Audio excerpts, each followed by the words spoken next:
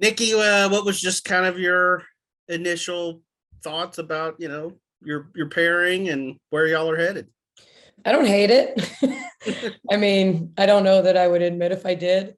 But I think, most of the people, Charlie Cream, I guess, had us in the 8-9 game and we'd been there a while. So, I think our schedule, there was a lot of respect for our schedule and our road wins and, relative to everybody else, I think, which probably moved us up a line. But a ton of respect for Alabama. I've known Christy Curry a really, really long time. So we're going to have a really tough matchup right away. Yeah, Nikki, what do you know specifically about Christy's team, and just maybe even just in terms of how she coaches, what her strategy is, that kind of thing? Yeah, I mean, I think it's changed a little bit this year, honestly. Like when you look at their roster, it's filled with transfers. And so I just think that's what kind of made them probably turn the page real quickly. I mean, I think they had obviously a couple years ago when Jordan Lewis, her 5th year there, they made the NCAA tournament and looked really good. But I think their guard play is really good. They statistically are an unbelievable 3-point shooting team, better than anybody in our league. Oklahoma State by percentage is the best in our league, and they're better than Oklahoma State. So they play a lot of players. They're going to move guards from playing 3 to down to 4 and playing small ball. They can play big, so they can play a variety of ways. But we're certainly going to have to guard the 3-point line. Nikki, what was the feeling, when the team heard their name called? I mean, can you kind of describe that for us and how excited they were there? Yeah, I don't, I mean, I think for a lot of them, it's their first NCAA tournament announcement. I mean, whether it's Erica or even Asia Blackwell, like, Missouri's name was never called, when she was there. And so obviously Jana won a national championship at Stanford, so a little bit different situation with her. But I think with all our freshmen, and so I don't think they knew. Obviously the Caitlins and the Sarahs, not being up for a 1 seed or wondering if they were on the 1 and 2 line where we were last year. It's a little bit different, but I think you're still. I still think there's like a nervousness about. Not that you're in, but like, where are we going? Who are we playing? What line are we going to be on? Obviously we knew a year ago we'd be at home. So just like a different kind of nervousness, but I think an excited nervousness. And then they were very quick to, like, they saw us up there and hit the road, so, I think you got to make the plan and keep it moving. But I think they were excited. I mean, I think that they probably had seen the same things I had seen, and we were in that 8-9 game and going to Indiana, or the 8-9 game and going to South Carolina. And so I would never be shocked if the committee somehow found a way to put us opposite of LSU. So, when kind of those things don't happen, you're just excited to get your matchup and start going to work. Nikki, with how the Big 12 tournament kind of shook out, how do you expect Caitlin and Jamie, who might be going through their last ride here, to motivate the team, or kind of maybe get on this team that it's now or never? I don't know that it's get on this team at this point. Like, if you're not motivated to practice and play this time of year, you're at the wrong place, period. I just think that, and I would say that probably everyone's perception would be different, like how many times they've been to the NCAA tournament, all of that. But I think when you come here, the expectation is to win, and certainly winning means NCAA tournament as well. And so, I think the best part about the NCAA tournament, especially when you talk about the Big 12, with a balanced schedule and playing everybody twice, and then a third time, when you meet anybody in the tournament, is this idea of new life, new teams. Maybe they scout you a little bit differently. So I think you naturally engage. It's sometimes tougher to engage kids when you're playing a team for the third time and they think, well, I already know who Ashley Jones is. I know what she does. I know when she does it. Not that she didn't still put 30 on you, and so, but it's that idea. I think of new challenges, and I think from that perspective, I think everyone's going to be motivated. I don't think there's any question when you're a senior, whether you're a fourth or a fifth year senior, everything's the last time you get to do it, and whether it's the last time you play on your home court, the last time you play at a conference tournament, there's a lot of that last year. So we talk a lot about reminding our young players that, and I don't know if they ever really buy in, but that they'll blink and they'll be in their shoes, because it really does go by so quickly.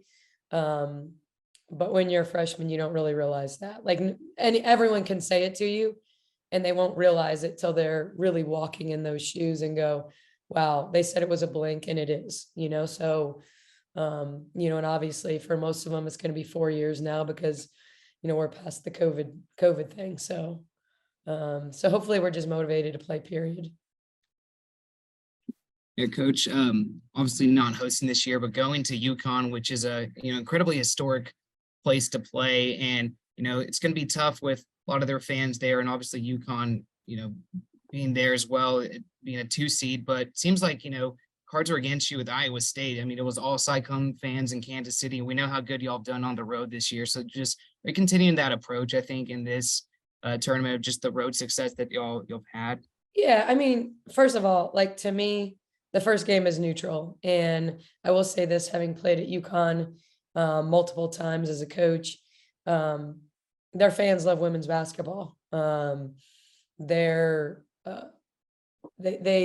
over the years, it's funny, they're so used to beating up on teams at home that I've actually had them. I've played in games where they've cheered when the visiting team scored just to be nice, which, is easy to do when their team is up 30. But, I think for us, it's a neutral court.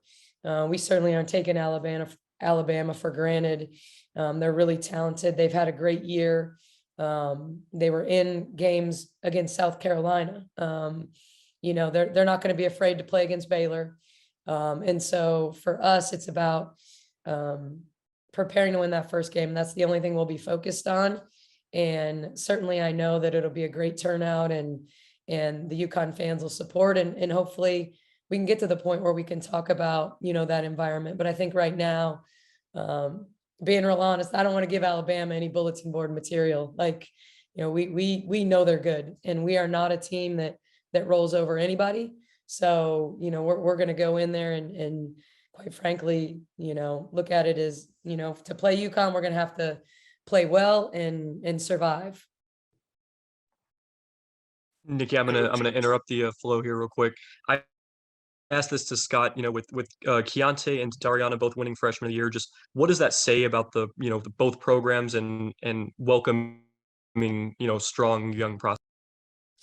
I mean, I want to say sometimes recruiting is being good and being lucky a little bit. I mean, the fact that we were able to get in on Dariana and get a McDonald's All-American when, I was hired in May, and so many of the recruits have been recruited by these staffs for 2 and 3 years.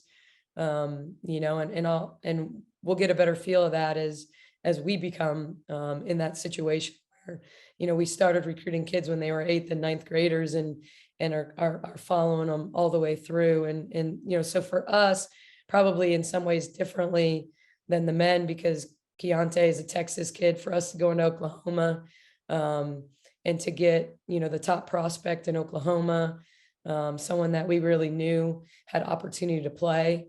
I think Tony had a relationship, because he was at Langston for years and years and is connected in Oklahoma. And I just think we worked really hard, and she was a kid that quite frankly wasn't into the relationship process that some kids are in early in their career. When you watch Dariana, she just likes to hoop. She's not a person that talks a lot. She's not a person that posts a lot on social media. You know, like she's just a hooper. And so that was the advantage. I mean, the two kids we got that were rated really high, her and Bella. I mean, Bella was a kid that blew her knee out. And so was really high and recruited at a high level. And then it dropped off a little bit. And then people were trying to jump back in. And I think she was a little bit frustrated by the fact that people had backed off of her when she got hurt. And so that kind of opened the door for us with her to really build a meaningful relationship. So I would say a little bit lucky. And at the same time, someone that we knew was capable of being really, really good for us, and excited that, you know, she ultimately chose here. I mean, I think what Scott did and winning a national championship 2 years ago, and Keontae being a Texas kid, and you know, it makes sense. You know, he's a guard that if he's watching Davion and the guards that played here, I just think it makes a ton of sense for really good guards to play for Scott Drew, because they're having such good success at the next level. Thanks, Nicki. You're welcome. Coach, can you speak to the development of both Dariana and Bella over the course of this season, and what do you believe that they need to do in order for you guys to make a successful run in this tournament? You know, it's honestly not going to be on them. Here's the thing about them. I think that, you know, we've talked to our other guys a lot about this idea of they're not perfect. They make mistakes. We all make mistakes, but freshmen are probably going to make a few more. And I think their growth has been outstanding. I think their understanding of what we do and why we do it has been good. I think they understand game planning now. They make mistakes, you know, they make assignment mistakes. They make mistakes that Caitlin Bickle doesn't make, defending the low block, defending the high post, defending ball screens. Like, they have a lot of room for growth. But if the reality is, our success comes when our other guys, when Sarah and Jamie and Jaden and Kate, when those four are the veteran leaders and they're taking the pressure off our freshmen. Like, to me, Bugs and Bella may have big games, and they may not have big games. Most of our success is predicated not on those two freshmen. Like, they've given us what they can. You know, they show up. Some games Bella scores more than others. Sometimes Dariana scores more games in some games more than others, but she's always going to rebound. She's always going to go to the offensive boards. And so I think there's actually consistency. And to me, a consistency of expectation in what they can and can't do, and what we need to expect that they can and can't do. You know, it really comes down to our other four that have been in more big games, that have been in the NCAA tournament, that know why we do what we do. Like, they're the ones that really, if we're going to advance, you know, they're going to be probably more important than our freshmen. Anything else? Nicki, you know, you mentioned obviously you're not going to look past Alabama, but going onto the road to UConn's place, you know, you guys seem like you've done well as an underdog this year. I mean, will you sort of, I know for you, it's all about, you know, how are we going to defend this? And, you know, it's very nuts and bolts of basketball, but will you try to play up that, you know, hey, us against the world kind of thing to the team? I mean, we need that even in the first round. I mean, I just think that's when we play our best. You know, when we went to OU to start conference play, and they were rated higher than us and hadn't lost at home.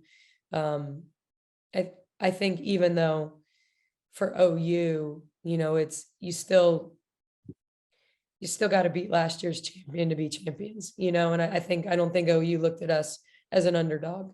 And so I really think underdog mentality is, do you keep a chip on your shoulder? Do you say, like, okay, people are going to say we're not Baylor anymore. We're not the dominant Baylor, but we're good enough to go beat anyone. And, you know, I'm pretty sure whether it's Alabama or UConn, I know Gino well enough to know that he's not going to estimate anyone at tournament time. And so I just think that from our perspective, that's who we need to be, because we're not bigger than anyone.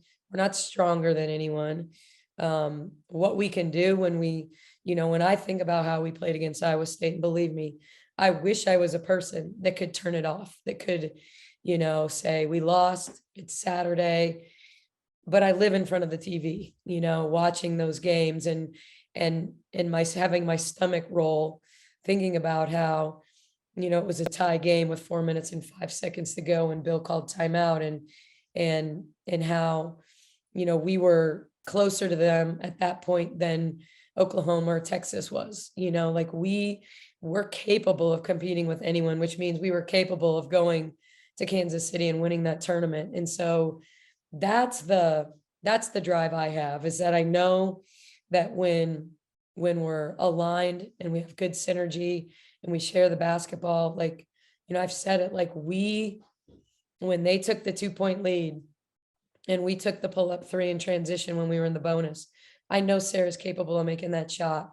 But if she crosses over and attacks the basket and gets to the line right there, we stay tied, then Jaden missed the pull-up and Jamie missed the pull-up. And those just weren't the shots that we had made in that game to put us where we were at, and I'm not even saying those are terrible shots for those players, but consecutively, that's not what you do. It's not what got us to where we were at.